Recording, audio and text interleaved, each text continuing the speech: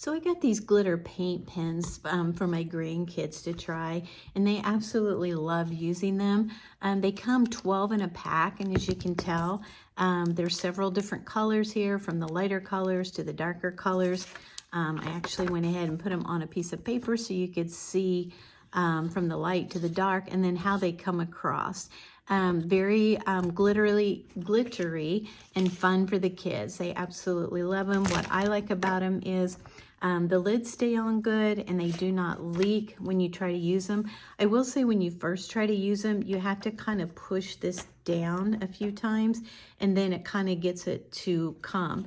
But they just don't leak out. I've had some before that kind of leak out through the side and then you've got a big blob mess everywhere. But you can tell these are just nice fine point markers, and they just work good for coloring, writing their names. They use them all the time. So I just thought if I would show them to you if you have kids or someone. I just like doodling myself. These have been wonderful. I would say give them a try and just see what you think.